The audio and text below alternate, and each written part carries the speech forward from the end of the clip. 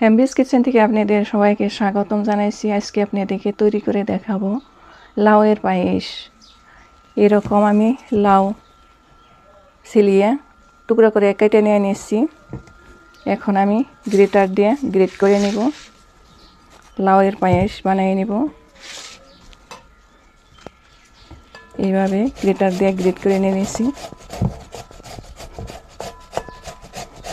লাউয়ের ভিতরের নরম অংশটা আমি নিব না, ফেলিয়ে দিয়েছি। আর লাউয়ের গুটিগুলো আমি ফেলিয়ে দিব, এরকম গুটিগুলো ফেলিয়ে দিয়েছি।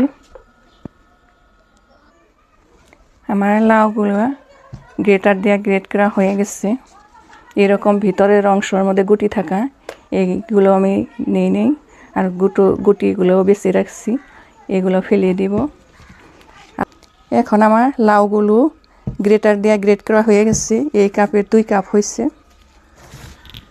আমি হাফ কাপ জাহা চাইল ভালো করে ধুয়ে নিয়ে নিচ্ছি। 1 লিটার দুধ নিয়ে নিচ্ছি, আগে থেকে আমি জাল করে ঘন করে নিয়ে নিচ্ছি। এখন আমি লাউয়ের পায়েস বানিয়ে নেব। এখন আমি একটি প্যান গ্যাসের চুলায় বসিয়ে দিছি, দুধটা দিয়ে দিছি।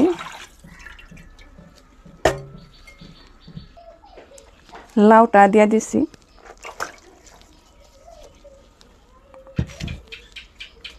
চালটা দিয়ে দিছি ভিজিয়ে রাখা। জাহা চাইল আমি নিয়ে নিচ্ছি, জাহা চাইল দিয়ে পায়েস বানিয়ে নিব। এখন আমি 1/4 কাপ মিল্ক পাউডার নিয়ে নিচ্ছি। আপনারা যে কোনো ব্র্যান্ডের মিল্ক পাউডার নিতে পারবেন।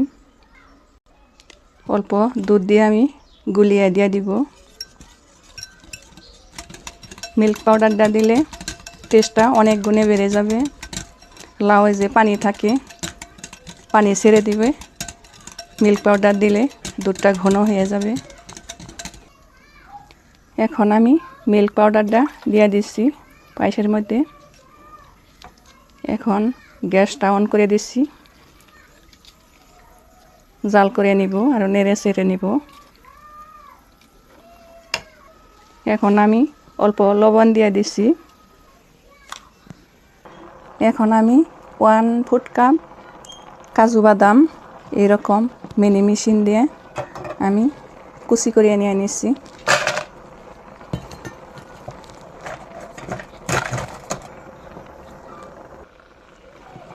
এই দেখুন আমার কাজু বাদামগুলো কুচি করা হয়ে গেছে, আমি পায়েসের মধ্যে দিয়ে দিব। এখন প্রায় আমার পায়েসটা হয়ে গেছে, চালটা ফুটে গেছে। এখন আমি 1 কাপ চিনি দিয়ে দিচ্ছি, কাজু দিয়ে দিচ্ছি, কিশমিশ দিয়ে দিচ্ছি। এখন নেড়ে চেড়ে মিশিয়ে অল্প জাল করে নেব।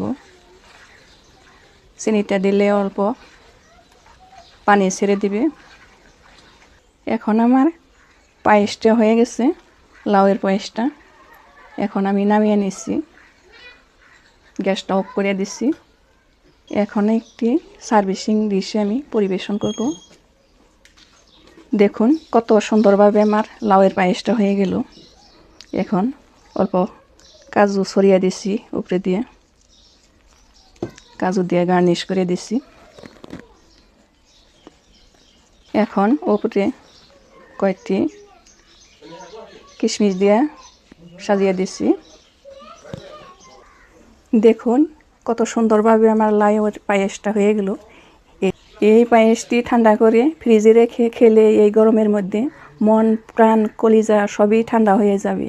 এরকম সহজ রেসিপি পেতে আমার চ্যানেলটি সাবস্ক্রাইব করুন, লাইক করুন, কমেন্ট করুন, বন্ধুবান্ধব সবার সাথে শেয়ার করুন। ভিডিওটা দেখার জন্য ধন্যবাদ।